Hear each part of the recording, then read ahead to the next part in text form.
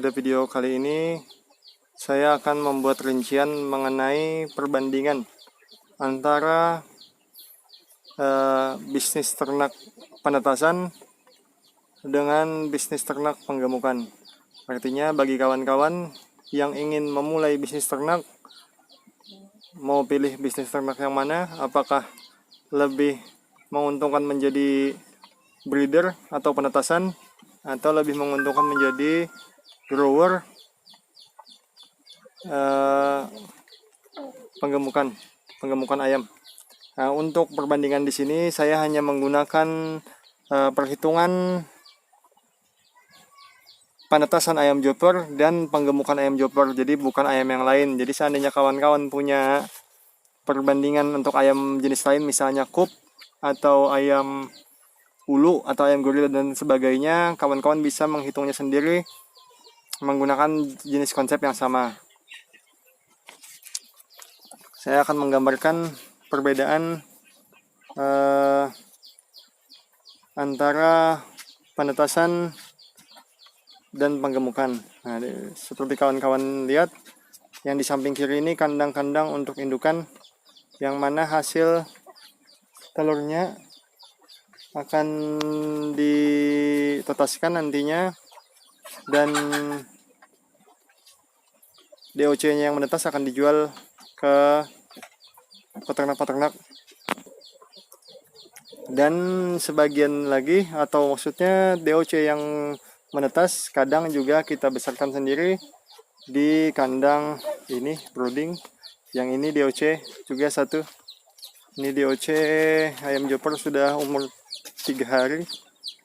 Tapi ini tidak dibesarkan karena sudah jadi pesanan orang. Besok sore nanti dikirimkan. Yang ini kandang-kandang penggemukan kita. Jadi di peternakan kami ini kami membuat bibit sendiri, juga membesarkan DOC-nya juga sendiri. Nah, jadi dari situ kami bisa membuatkan perhitungan bagaimana selisih keuntungan antara penetasan atau breeding dengan bisnis penggemukan atau grower, breeder atau grower. Nah, adapun kelebihan-kelebihan untuk kandang untuk breeder, untuk penetasan, usaha penetasan itu memiliki beberapa kelebihan. Di antara kelebihannya, kawan-kawan yang masih pemula untuk beternak lebih aman karena ayam yang sudah dipelihara itu sudah dalam ukuran dewasa. Seperti ini, ayam yang sudah dewasa tingkat hidupnya atau daya tahan hidupnya lebih kuat daripada anak ayam yang kecil.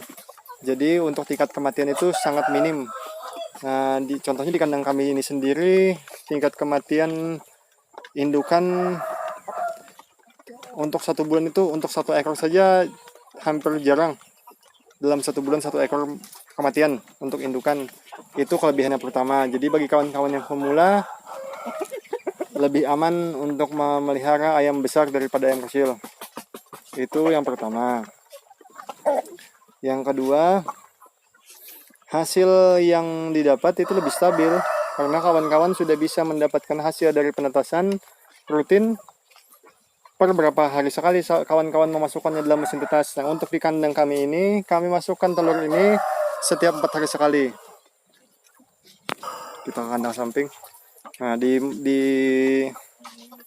penetasan kami ini, nah ini telur-telur dari indukan yang kandang panggung. Di kandang kami ini penetasan itu sekitar 4 hari sekali. Ini telur-telur hasil dari tiap-tiap kandang. Setiap telur kami beri nomor untuk mengetahui tingkat fertilitas setiap pejantan masing-masing kandang. Nah, ini dari kandang 5 ada 4 biji, total indukannya ada 5 biji, total indukannya ada 5 biji. Di tempat kami telur-telur ini akan dikumpulkan selama 4 hari. Setelah 4 hari telur ini dikumpulkan, biasanya di tempat kami terkumpul sekitar 8 rak plastik ini. 8 rak plastik ini, satu raknya 36 biji. Jadi terkumpulnya sekitar 280 biji per 4 hari telur di tempat kami. Nah, dan kami masukkan ke dalam mesin tetas setiap 4 hari sekali sebanyak 280 biji. Itu termasuk telur fertil dan infertil. Jadi telur yang infertil nanti 8 hari kemudian akan kita lakukan penyentaran dan akan kita konsumsi atau dijual ke pedagang-pedagang yang memerlukan telur cepat. Jadi selama 4 hari telur dikumpulkan sebanyak 280 biji dan dimasukkan ke dalam mesin, lalu 21 hari ke depan telur yang ini menetas. Tapi karena masuk telur itu setiap 4 hari, jadi di mesin kami di rumah ini menampung telur sekitar 2000 biji. Nah, ini mesinnya. Ini mesin di rumah. Mesin ini satu mesinnya menampung 1008 biji. Jadi untuk 2 buah mesin ini menampung sekitar 2016 biji telur. Walau mesinnya belum penuh, masih kurang mungkin sekitar 200 biji lah. Jadi masuk ke dalam mesin ini setiap 4 hari sekali, seperti ini. Nah, kawan-kawan bisa melihat, ini masuk di tanggal 18 bulan 10. 4 hari kemudian kita akan masukkan lagi telur di mesin sebelahnya. Lalu 4 hari kemudian kita akan masukkan lagi di mesin sini, 4 hari kemudian masuk lagi di mesin sini. Jadi penetasan di tempat kami ini menetas setiap 4 hari sekali. Salah satu contohnya yang pada awal mula video tadi, DOC yang di kandang tadi, yang pesanan orang tadi itu hasil penetasan 3 hari yang lalu. Jadi dengan total telur 280 biji tadi, kita akan dapati anak ayam untuk di kandang kami ya. Anak ayam itu akan menetas setiap 4 hari sekali, termasuk telur yang infertil, rata-rata sekitar 170 ekor per 4 hari. 160 ekor, 170 ekor per 4 hari. Nah, jadi kalau diasumsikan setiap 4 hari itu 160 ekor saja, 1 bulan itu menetasnya di kandang kami ini 8 kali. 8 kali 160. Jadi di kandang kami ini dapat menetaskan DOC itu sekitar 1280 ekor per bulan. Itu sudah dikurangi hitungannya, karena dalam 1 bulan itu sebetulnya di kandang ini tidak menetas sebanyak tidak menetas sebanyak 8 kali, tapi 8 kali setengah kan, karena 1 bulan itu 30 hari. Sedangkan hasil menetas itu per 4 hari sekali. Jadi 8 kali menetas itu sebanyak 28 hari saja. Dalam 28 hari kita sudah dapat DOC sekitar 1280 ekor. Nah, ini satu rak telur di kandang di samping tadi. Ini masih mengambil di 11 kandang yang di sini. Sambil kita melihat telur diambili, nanti saya sambil saya menjabarkan tentang perhitungannya. Nah, jadi untuk 1280 ekor itu, apabila tergantung harga DOC masing-masing di tempat kawan-kawan. Untuk di tempat kami saat ini, saya menjual DOC Joper harga 8.500 per ekor. Dikarenakan tidak ada peternak di Kalimantan yang menetaskan sendiri. Jadi saya ini termasuk yang memiliki usaha penetasan satu-satunya di Kalimantan. Yang lainnya biasanya ngambil ke Jawa. Jadi seandainya harga di tempat kawan-kawan 6.000 atau 7.000, tinggal dikalikan saja. Nah, untuk di tempat kami dapat harga sekitar 8.500 per ekor. Dengan harga 8.500 per ekor dikali 1.280, dengan harga 8.500 dikali 1.280, itu didapati hasil 10.880.000 per bulan. Itu dari penjualan DOC. Nah, jadi untuk penetasan saja kami mendapatkan sekitar 10.800.000 ya, kita genapkan saja, kita kurangi jadi 10 juta per bulan dari usaha penetasan. Itu kelebihan yang kedua. Dan stabil, penetasan stabil. Paling kalau ada masalah-masalah, misalnya ada pejantan yang kurang membuahi, nanti kita ganti jantan. Itu dapat dievaluasi setiap penyentaran. Sesudah 8 hari telur masuk, nanti kan kita lakukan penyentaran. Nah, dari situ kita dapat mengevaluasi pejantan mana yang bermasalah. Kayak seperti malam tadi, kita setelah melakukan penyantaran ada satu kandang yang jantannya bermasalah di kandang nomor 16. Kandang nomor 16 yang di situ. Itu bermasalah, hampir seluruh telurnya tidak fertil. Nanti kita ganti jantannya atau kita beri pengobatan dulu. Hanya itu masalahnya. Nah, ini proses pengambilan telur dari belakang kandang saja. Kita sudah membikinkan pintu-pintu kandang seperti ini. Pintu-pintu belakang untuk mengambil telur. Nah, itu kelebihan yang kedua dari penetasan. Juga kelebihan penetasan ini untuk perawatan indukan lebih praktis. Karena indukan untuk perawatan kandang kami ini mungkin hanya sekitar 15 menit untuk indukan per hari, per satu kali makan. Karena kita hanya mengisi tempat makan di depan saja. Untuk tempat minum sudah dibikin otomatis langsung masuk ke tandon air. Jadi hanya memberi makan di depan ini saja dan mengambil telur tiap hari ya di lama-lamakan sekitar setengah jam lah. Itu kelebihan dari usaha penetasan. Sedangkan kekurangannya untuk penetasan ini jumlah modal lumayan besar.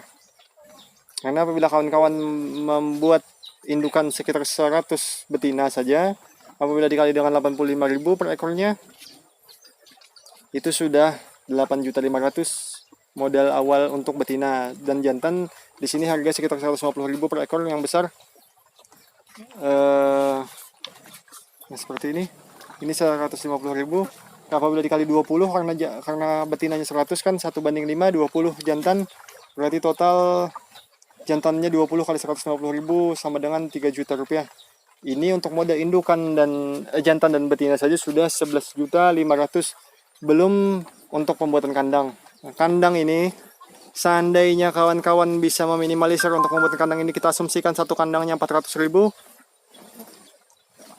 dikali 20 kandang itu sudah 8 juta total pembuatan kandang.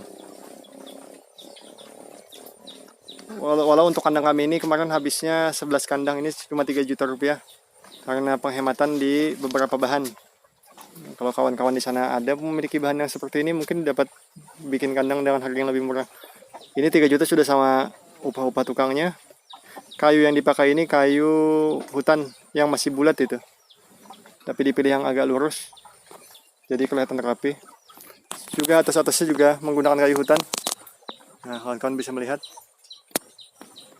Jadi tidak menggunakan kayu yang kotak yang rapi itu, tidak. Ini hanya menggunakan kayu-kayu bulat. Itu kelebihan di kandang ini. Jadi kandang ini kemarin budgetnya hanya 3.500.000. Tapi seandainya diasumsikan 400.000 per kandang, 20 kandang itu sudah 4 juta. Sudah 8 juta. Nah, itu belum termasuk pembuatan mesin tetes. Untuk mesin tetes kapasitas untuk 1.000 kandang itu mungkin kapasitas mesin tetes minimal 2.000. Untuk 2.000 itu harganya mungkin kisaran 14 juta. Sekitar 14 juta rupiah per buah mesin. Walau dengan penghasilan yang lumayan dari penetasan, tapi modalnya lumayan besar. Nah, apabila kawan-kawan ingin membuat modalnya yang agak lebih kecil, kawan-kawan bisa